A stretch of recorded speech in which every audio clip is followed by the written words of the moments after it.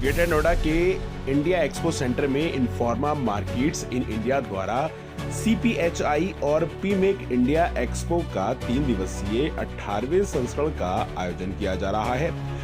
भारत के फार्मास्यूटिकल क्षेत्र में एक महत्वपूर्ण बदलाव को प्रदर्शित करने वाला वॉल्यूम आधारित जेनेरिक्स पावर हाउस से एक मूल्य आधारित इनोवेशन नेतृत्व वाले वैश्विक खिलाड़ियों में बदल रहा है।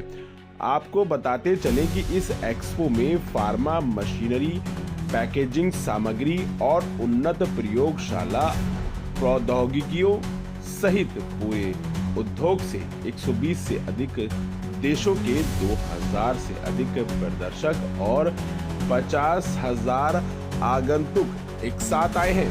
ब्यूरो रिपोर्ट, सबका समय, ग्रेटर नोएडा। ये CPHI पीमेक एक्सपो जो है वो 18th एडिशन है ये शो का। ये बहुत 2006 में मुंबई में चालू हुआ था और अभी लार्जेस्ट एशिया का शो है फार्मा इंडस्ट्री के लिए। एक एंड टू एंड शो है फार्मा इंडस्ट्री का, जिसमें सारे API, एक्सिपिएंट्स, ड्रग्स, फॉर्मुलेशंस से लेके मशीनरी, टेक्नोलॉजीज, पैकेजिंग, प्रोसेसिंग, सारी end to end pharma industry की जो रिक्वायरमेंट है ये शो में अवेलेबल है। और ये साल सबसे बड़ा ये शो हम लोग कर रहे हैं। यहाँ पे पूरा वेन्यू, सारे इंडोर हॉल, सारा आउटडोर स्पेस सारा कवर कर चुके हैं। 2000 से ज्यादा एग्जिबिटर्स आए हैं एंड अटेंडीज 50,000 से ज्यादा अटेंडीज ये 3 दिन में आएंगे। अराउंड 130 से ज्यादा कंट्री से एक्सपेक्टेड है।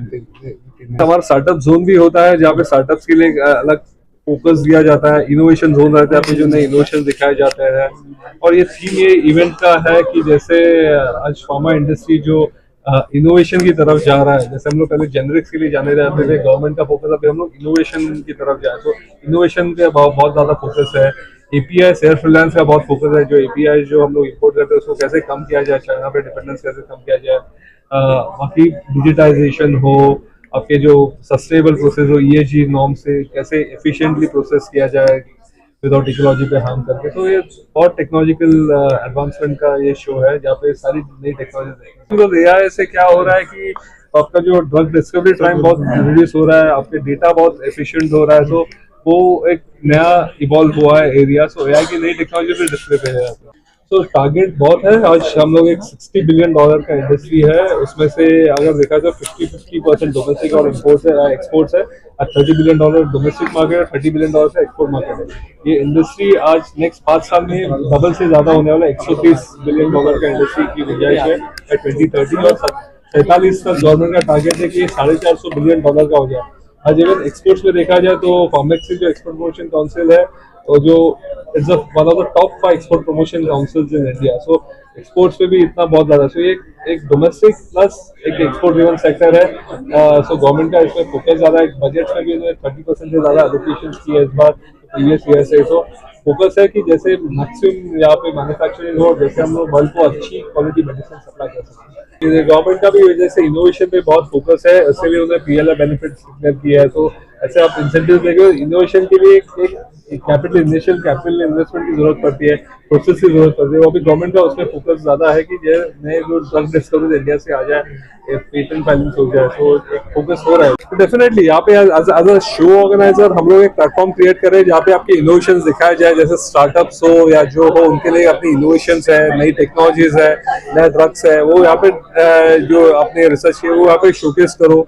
और अगर वो उसके टेस्टिंग ट्रायल्स के लिए जो रिक्वायरमेंट है उनके वो जो रिक्वायर्ड अथॉरिटीज है उनका, जैसे CDSCO है, तो सब आए। हम लोग एक प्लेटफॉर्म देते हैं जिनको यहाँ पे एक बड़ा लेवल का डिस्कशन हो जाए। यहाँ पे एक प्लेटफॉर्म पे इंडियन इंडस्ट्री को ग्लोबल सेल पे हमारा फोकस है। CPHI and how we showcase India as a massive global hub for pharma.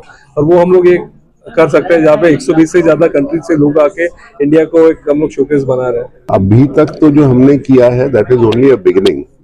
I see that there is much more scope for India to establish a even firm footing in the field of pharmaceuticals. As I said in the press meet earlier, we are at the cusp of a major transformation, where so far we are seeing that we are the pharmacy of the world. Now we are saying and that we are 4th largest by volume, 14th by value. I think a time has come now where we, on top of this firm foundation, we want to build innovative pharma industry, innovation-led product pharma industry. Why should India be called as the copier of the world? आपने देखा होगा India में copies होती है. What we are saying, we should invent in India, discover in India for the world. And that's why I use the word that we are at the cusp of the transformation.